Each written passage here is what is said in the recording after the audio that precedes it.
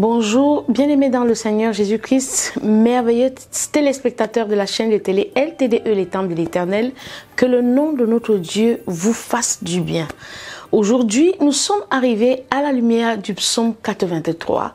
Nous avons constaté que à la lumière de ce psaume, il y a trois verbes essentiels qui caractérisent le secours de l'Éternel dans les moments difficiles, car souvenons-nous, depuis le psaume 81, nous parlons des étapes de la délivrance d'Israël. Aujourd'hui donc, il nous en ressort trois verbes essentiels qui sont des verbes clés que nous devons utiliser lorsque nous attendons et espérons le secours de l'Éternel. Nous avons vu que bien des personnes espèrent le secours de l'Éternel, mais sans connaître la procédure, parce que tu veux que le Seigneur te fasse du bien, mais tu n'aimerais pas te retrouver dans le désert. Et quand bien même tu es dans le désert, tu amènes le désert à devenir long, parce que le manque de sagesse et de compréhension des étapes de la délivrance t'amène à adopter une mauvaise attitude qui rend le désert plus long que prévu. Aujourd'hui donc, à la lumière du psaume 83, il est important que tu comprennes que le désert ne doit pas devenir long à cause de ta mauvaise attitude. Nous avons dit à la lumière du psaume 82 et à la lumière du psaume 81 que le désert était plus proche de Canaan qu'il n'était proche de l'Égypte. Mais le comportement des hommes dans le désert peut amener le dilatoire à intervenir en faveur de l'ennemi, de l'adversaire de nos âmes. Donc, à la lumière du psaume 83, le Saint-Esprit nous révèle les trois verbes que nous devons utiliser dans la prière quand nous sommes dans ce processus de délivrance-là, à savoir: Seigneur, ne reste pas dans le silence, ne te tais pas, ne te repose pas.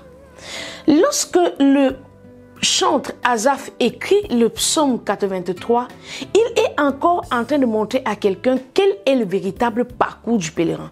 Un enfant de Dieu qui se veut enfant à la naissance et qui a l'ambition de devenir fils de l'Éternel et plus tard arriver au statut de l'épouse par le baptême de feu, c'est quelqu'un qui a le même rêve que celui qui a un profil de carrière ou qui aspire à un profil de carrière.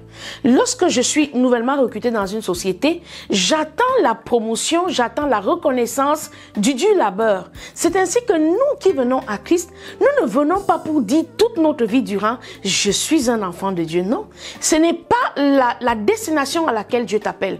Certes, tu n'es pas le pouvoir pour devenir enfant de Dieu, mais tu es appelé à devenir fils pour manifester la volonté du Père et plus tard à être une épouse, car c'est l'épouse qui sera enlevée et non les enfants et non les fils.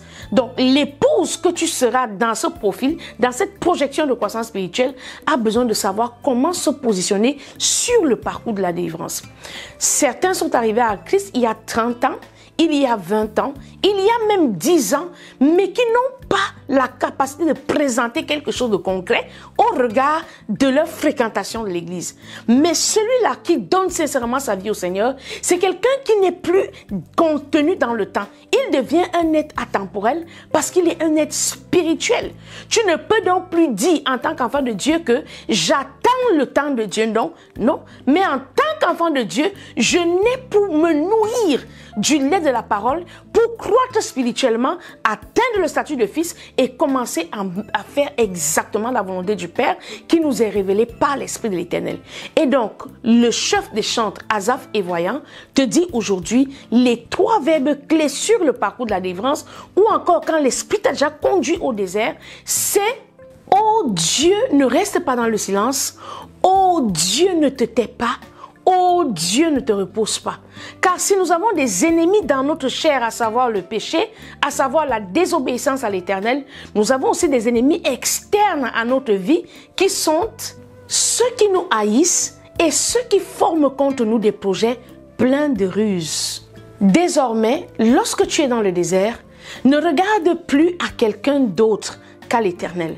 La Bible déclare que c'est là dans le lieu secret qu'il est celui qui reçoit ta prière, et parce que tu as respecté l'intimité avec Dieu, tu ne recevras pas la récompense de celui qui prie en public et qui le fait pour être vu des hommes, car la Bible déclare qu'un tel homme a déjà reçu sa récompense. Mais celui qui sait entrer dans l'intimité, qui sait garder la relation avec Dieu précieuse, une telle personne verra l'action de l'Éternel lorsqu'il sait utiliser des verbes d'action comme nous l'explique le chantre Asaph, à savoir, ô Dieu, ne te tais pas, ne reste pas dans le silence et ne te repose pas contre ceux qui nous haïssent.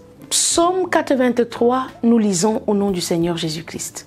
Cantique, psaume d'Asaph. Ô Dieu, ne reste pas dans le silence, ne te tais pas et ne te repose pas, ô Dieu. Car voici tes ennemis s'agitent, ceux qui te haïssent lèvent la tête, ils forment contre ton peuple des projets pleins de ruses et ils délibèrent contre ceux que tu protèges. Oui. Lorsque nous regardons la marche du peuple d'Israël, en partant de l'Égypte pour la terre promise, en passant par le désert, on peut constater qu'ils ne se sont pas seulement échappés du lieu de l'enfer ou du lieu de la servitude ou du lieu de l'esclavage, mais pendant qu'ils étaient en train de fuir, il y avait les ennemis de leur servitude à leur trousse. Toute personne qui veut véritablement servir Dieu, lorsque tu engages la marche du pèlerin, le témoignage de ce que tu es vraiment, un enfant de Dieu n'est pas le pouvoir qui engendre le nouvel esprit dans les entrailles de la miséricorde divine, les ennemis de ton passé seront à ta trousse. Beaucoup, au contraire, disent que comment est-ce que je peux devenir un enfant de Dieu et avoir encore des ennemis à ma trousse? Mon frère, c'est parce que tu n'as pas la révélation de ce qu'est le processus de délivrance. Lorsque Israël quitte l'Égypte pour aller à Canaan en passant par le désert, qui est le lieu par excellence du revêtement de l'Esprit, de même que Jésus-Christ après le baptême, tout comme le peuple est passé par les eaux pour un baptême général, un baptême national, Jésus-Christ, après s'être baptisé, est dirigé par l'Esprit dans le désert. Aucune véritable vie engendrée de l'Esprit ne quitte la servitude pour le témoignage. Nous passons d'abord par un désert. Quel que soit l'enseignement que tu as eu, il faudrait que tu aies déjà cela en ton cœur pour que le diable n'utilise pas le temps et le dilatoire contre ta foi. Lorsque le Seigneur te donne vie nouvelle par les entrailles de sa miséricorde, bien-aimé dans le Seigneur, le Saint-Esprit, l'Esprit que tu reçois nouvellement, te conduira dans le désert. Mais encore dans ce désert-là, il faut que tu aies les stratégies. Premièrement, tu ne dois pas médire contre Dieu comme à Mériba et à Massa. Car le peuple d'Israël, trop familier à l'âge de l'Alliance, trop familier à l'homme de Dieu qui suit ta famille, tu peux commencer à simplifier la présence de l'Éternel parce qu'au lieu de voir Dieu en l'homme, tu verras l'homme qui vient dans ta famille. Bien-aimé dans le Seigneur, c'est ce que nous enseigne le chante Asaph à la lumière du psaume 83. Ne sois pas trop familier. Et quand bien même tu te retrouves dans ce désert-là, ne prie pas sans sagesse.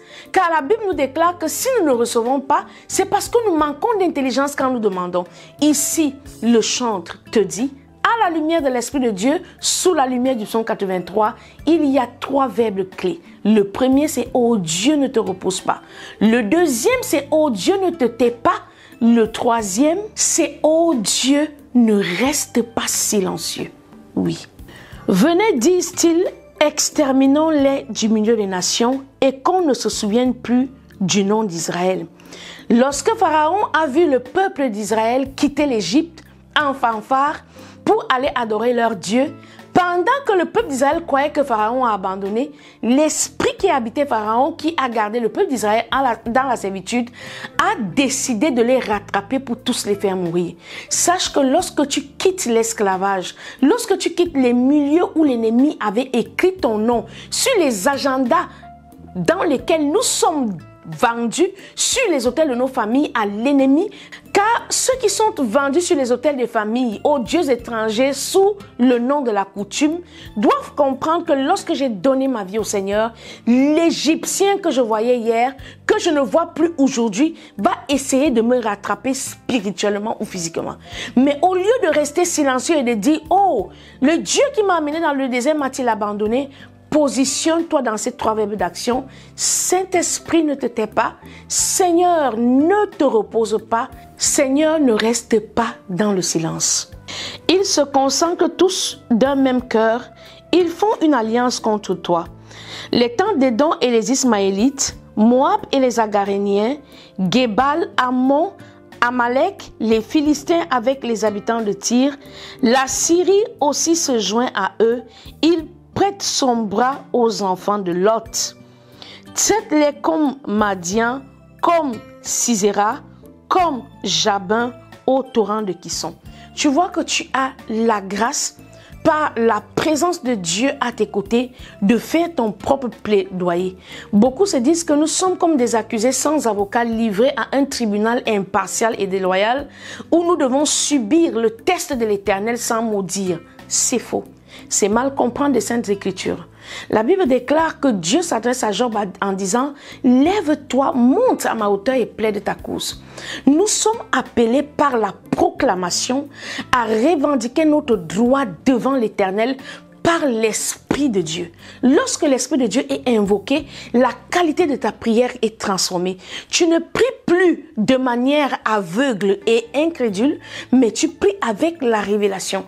Lorsqu'on vient de lire ici le verset 6 et le verset 7, on voit qu'il y a une pléthore d'ennemis qui sont assignés contre ta vie et même ceux qui prêtent leurs bras puissants pour que les malédictions générationnelles dans ta vie ne tombent pas sous le coup de ta nouvelle naissance. Oh, que lorsque tu restes silencieux, lorsque tu ne dis rien, c'est un peu comme si tu consens à cela.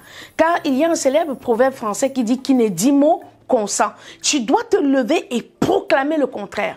Tu dois, aussi fort que l'ennemi te fait pression, tu dois te tenir à la brèche et dire des choses qui sont agréables à Dieu, mais selon la révélation du Saint-Esprit.